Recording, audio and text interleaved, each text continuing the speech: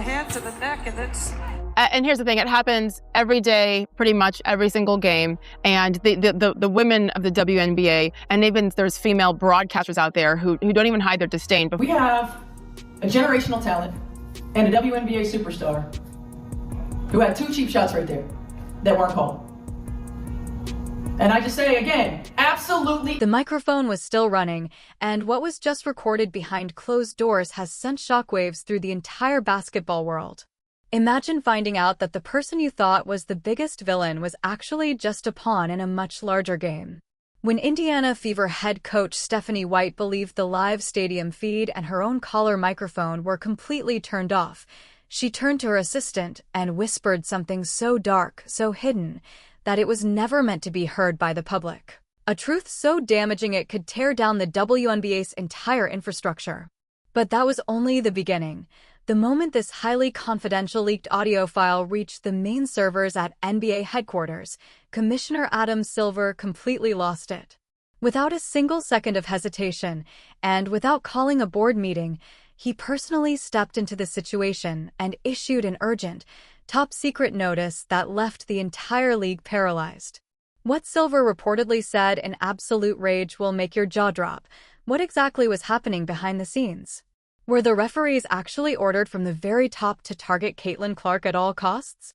And the biggest question of all, when Clark was being physically battered on the court, why did her own coach remain completely silent? In just a few moments, every curtain is about to be pulled back, and the ugly truth is finally coming to light. Let's dive straight into the heart of this conspiracy, beginning with that highly controversial game where every boundary of professional sports appeared to be completely crossed. What happened on that court did not look like a regular basketball game. It looked like a carefully orchestrated setup. Caitlin Clark was being relentlessly targeted physically. Hard fouls, illegal screens, and blinding hits were happening in plain sight. Thousands of fans inside the stadium were screaming in fury and booing the referees, yet those 3 officials acted as though they were completely blind. To them, it seemed the rules had changed overnight, but the most shocking part was not the referees' controversial calls.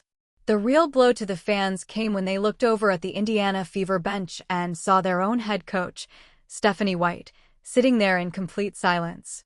In any normal basketball game, when your franchise player is being hunted like that, a coach becomes a lion. They storm the court, scream at the officials, and gladly accept a technical foul to protect their star player. But Stephanie White? Total silence. Ever talked about the WNBA. Suddenly he's tweeting about the WNBA. She's an unbelievable shooter. She's an incredible competitor, all those things. And they're going out of their way to break her and ruin her. It's not just the punch and the little extra dig and the kick. There was another play, I think maybe it was the same game, where one of the defenders did what's the most dangerous thing you can do in basketball, which is when someone shoots, that you just walk close enough to them so that they hopefully step on your foot, in which case they're going to either break an ankle or maybe, break it, snap an Achilles or something. And this is happening time and time again. And I would say that if the WNBA will not do anything about this, which it seems that they will not, that Caitlin, not whatever I called her before, not the one from CNN, that Caitlin Clark should leave the league and she should start her own league. And I know that sounds completely insane. And I know she'd probably, the toll it would take, and I get all the reasons not to do it. But at some point, there is something so grotesque happening here. And I would also say, and maybe this sounds a little sexist, there's something different about women hitting women than watching men hit men. I just think optically, there's something. The WNBA before, or watching Dave Portnoy, who had never talked about the WNBA before, suddenly he's tweeting about the WNBA. She's an unbelievable shooter, she's an incredible competitor, and she's all of those things. Yet they're going out of their way to break her and ruin her. It's not just the punch, the little extra dig, or the kick. There was another play, I think it may have been the same game, where one of the defenders did what is really the most dangerous thing you can do in basketball, which is when someone shoots, you walk close enough to them so they hopefully step on your foot. In that case, they're either going to break an ankle or maybe snap an Achilles or something.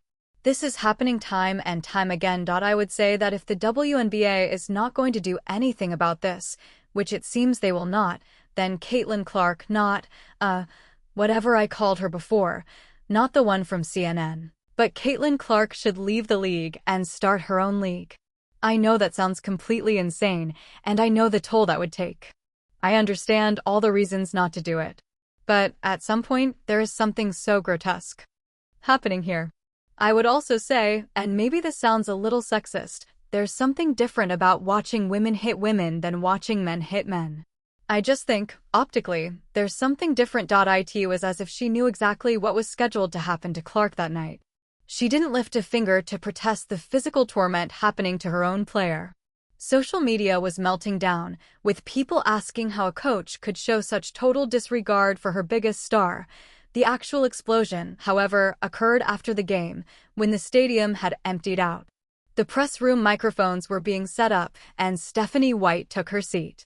After the media cleared the room, believing the live broadcast feed was down and the audio engineers had cut the lines, she leaned over to her assistant and muttered a sentence that was about to end her career forever. Her words completely violated every standard protocol. She said, "We can't protect her from this anymore.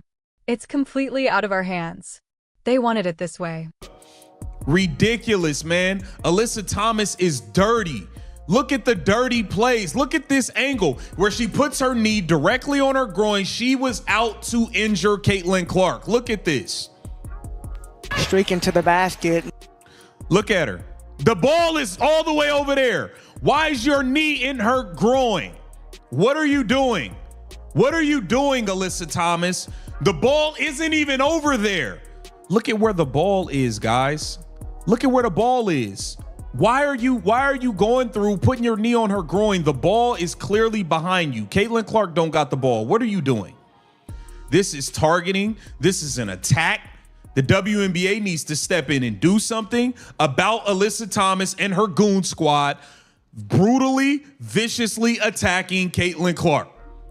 Brutally, viciously attacking Caitlin Clark. What are y'all gonna do about it? What are y'all gonna do about it? This is the biggest star to ever come in this league, and you're letting this thuggery go on. You're letting people viciously target her. It's ridiculous, man. Alyssa Thomas is a joke. Alyssa Thomas is disgusting. This is nasty. This is nasty. This deserves a suspension. Damn a fine. Damn a technical. This should have been a flagrant 2. She should have been ejected for this. She should have been ejected. Nasty. Look at all this dirty stuff they're doing. Landing zone fouls. Like landing zone fouls. This is the play where Caitlin Clark appears to have hurt her back. I mean, bro, it's just nasty ass plays by the Phoenix Mercury, man. This is nasty work by the Phoenix Mercury. They went out there and targeted Caitlin Clark. They injured her. That's just what it is, bro. That's just what it is, man. This team is dirty as hell. And now you would have thought the WNBA would have been prepared, especially after what happened last game. But the WNBA clearly not prepared. They didn't do anything to stop this goon stuff, this thuggery from happening in the second game. Now, when we get to the actual game, Caitlin Clark was off to a blazing hot start, man. Caitlin Clark was 5 of 9. She had 19 points and 8 assists. She was going to have another 30 and 10 game. For whatever reason, when Caitlin Clark went out of the game, she had the 3rd most shot attempts on the team. Kelsey Mitchell had shot more, and Aaliyah Boston. None of these players need to be shooting more than Caitlin Clark. I'm going to keep it real. Kelsey Mitchell got it going. When Caitlin Clark was on the heater, they ended up running like 6 straight plays for Kelsey. I think it's ridiculous what Stephanie White is doing. But Kelsey Mitchell had a good game, 30 points, 11 of 16, 7 of 9 from 3. She was on fire from 3. She also has 6 assists. That might be a career high. But when it came down to it, when you needed Kelsey. With that one single sentence, the massive corruption running beneath the surface of the league was seemingly exposed. They want it this way. What does that even mean? Who wants it this way? Are there people within the league's management who are so threatened by Caitlin Clark's unprecedented popularity that they want her broken down? This leak made it appear undeniable that Stephanie White wasn't just a weak coach. She was allegedly operating under strict orders from above to stay out of it. It was presented as a complete setup designed to isolate Caitlin Clark and break her morale. The moment this audio file reportedly leaked from the dark corners of the internet and landed on the desks of high-ranking executives, the entire administration was thrown into chaos. That was exactly when the ultimate authority in basketball, Adam Silver, allegedly made his move. Reports claimed that, right after verifying the audio, Silver sent an emergency high alert warning directly to WNBA officials and Stephanie White.